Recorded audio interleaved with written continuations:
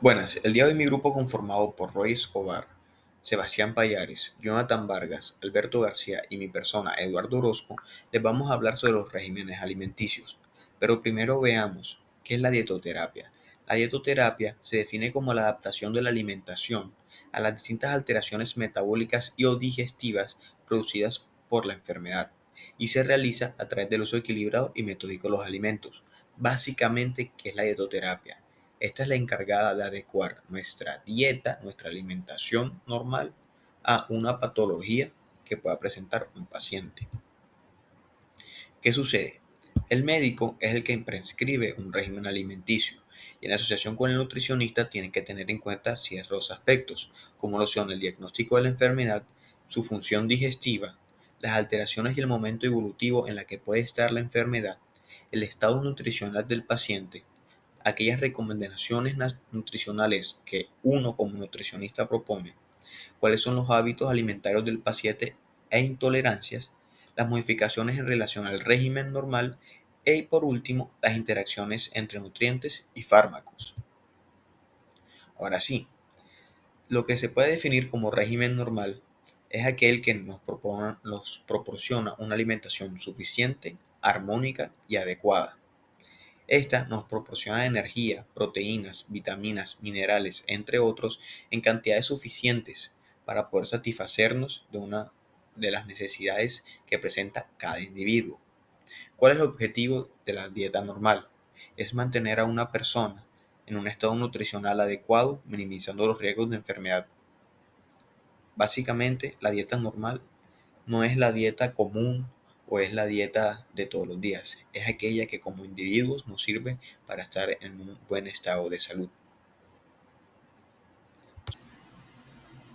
Ahora bien, dentro de los regímenes básicos se pueden identificar dos tipos de modificaciones, cualitativas y cuantitativas. A continuación, pues explicamos ambos aspectos. Los aspectos cualitativos se refieren a las características de los alimentos y cómo se modifican estos para adaptarse a las necesidades del paciente. Incluyen modificación de consistencia.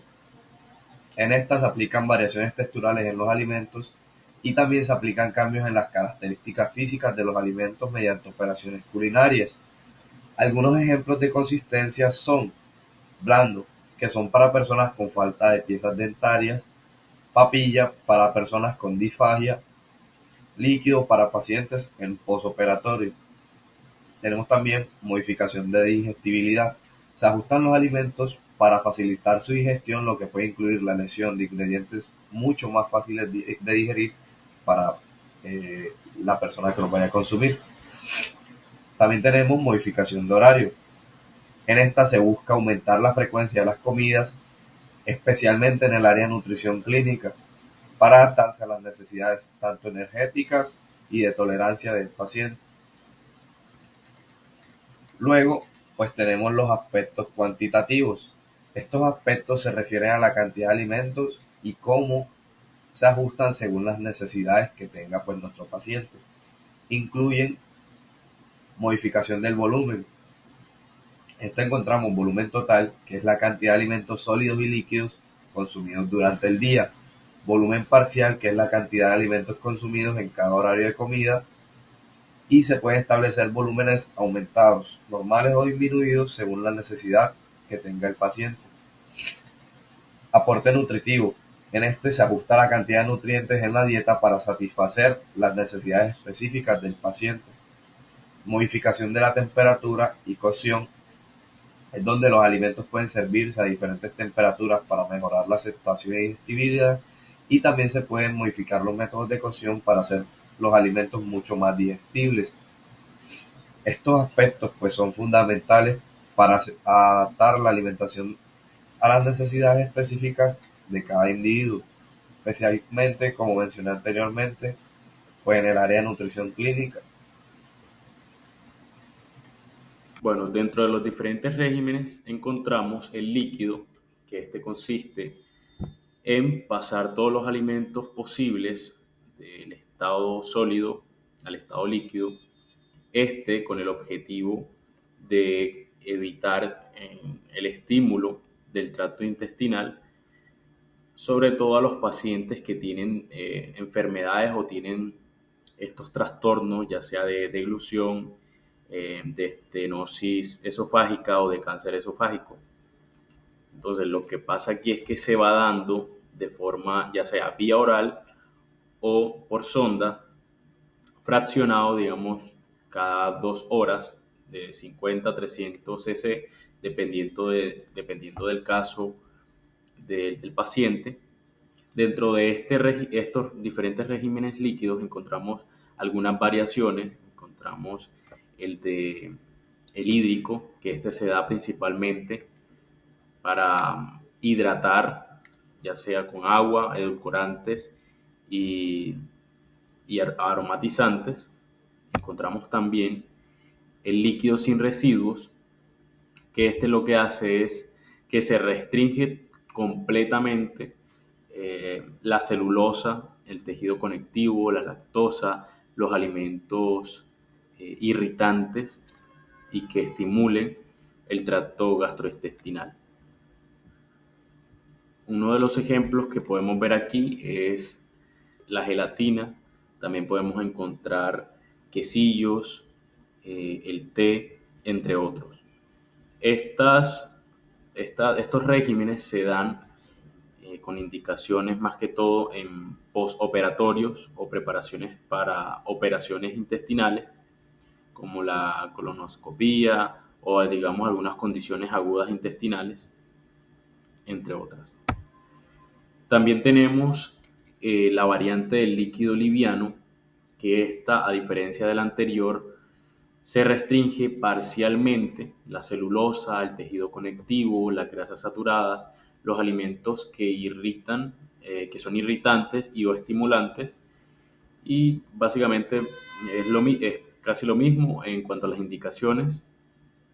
Se da más que todo o generalmente en postoperatorio, en patologías del tracto digestivo, y también se daba en gastroctomía y en cuadros diarreicos agudos. Encontramos dentro de los ejemplos el yogur, el consomé de pollo. Bueno, siguiendo con el tema, ahora vamos con el régimen de papilla. El régimen de papilla consta de preparaciones mixtas, la cual una es líquida y la otra es sólida. Estas dos mezclas al juntarse da como resultado una mezcla líquida un poco espesante, como la podemos observar en la diapositiva. Esta tenemos que tener claro que debe ser una mezcla homogénea. En cuanto a sus técnicas para hacer esta papilla, pues tenemos que licuar y pasar por sedazo. También deben ser unas mezclas homogéneas y estas se pueden enriquecer nutricionalmente hablando. Bueno, en cuanto a las indicaciones, vemos que como tal estas papillas o la papilla es más que todo para personas con problemas de masticación y deglución. También son para pacientes con dificultad para alimentar, deterioro fisiológico del tubo digestivo alto, entre otras. Bueno, siguiendo con las variantes de la papilla, podemos observar la papilla sin residuo. Esta pues básicamente la componen los mismos alimentos de régimen líquido sin residuo, solo que estas se encuentran, como es lógico, en mayor cantidad, lo que como tal da una mezcla un poco más semisólida. En cuanto a sus características, vemos que hay una máxima restricción en los vegetales, frutas, verduras y celulosa, también en tejido conectivo, lactosa y en alimentos irritantes para las personas. Vemos que el aporte de esta se podría decir que es insuficiente, y en cuanto a las indicaciones, son para personas con cuadros diarreicos, cáncer de colon, entre otras. Bueno, siguiendo con las variantes, podemos observar la papilla liviano. Esta, pues, básicamente está compuesto por preparaciones semisólidas a temperatura ambiente. Esto, pues, obtenido a través de una técnica culinaria. Hay que tener claro de que estos alimentos no componen los mismos que el líquido o que el régimen líquido liviano. Y esto pues más que todo se restringe a la celulosa, la macroscópica, el tejido conectivo y las grasas saturadas, y los alimentos que irriten la mucosa digestiva. Y en cuanto a sus indicaciones, son para personas con problemas de deglución o de masticación. Y en cuanto pues las cantidades pueden ser normal o reducido, esto pues dependiendo de la condición gástrica y la patología del paciente. En cuanto a la papilla completa, aquí están básicamente todos esos alimentos permitidos, pero siempre y cuando cumplan con la consistencia, que es una consistencia semisólida. Esta pues son para personas con trastorno de deglución y su volumen puede ser dependiendo de la condición gástrica del paciente o de la patología. En cuanto, para darles un ejemplo, aquí, como lo pueden observar en la diapositiva, vemos en el desayuno una papilla de avena con plátano o en el almuerzo una papilla de cazuela de ave. Bueno, yo voy a hablar sobre el régimen blando. Su objetivo es reducir el tiempo y esfuerzo digestivo, siendo un régimen intermedio entre la dieta líquida, la normal o la completa. Alimentos permitidos: el quesillo, claras de huevo, carnes magras, cereales y farináceos y verduras cocidas. Aquí en la imagen vemos carnes magras y un farináceo, que puede ser pasta. Vamos a la siguiente diapositiva, que vamos a hablar sobre el régimen blando sin residuos. Esta variante elimina la celulosa, la fibra del colágeno y todos los alimentos que pueden estimular e irritar el tracto intestinal. Alimentos permitidos son los mismos, pero con una restricción en la fibra y los otros componentes que pueden afectar el tracto intestinal.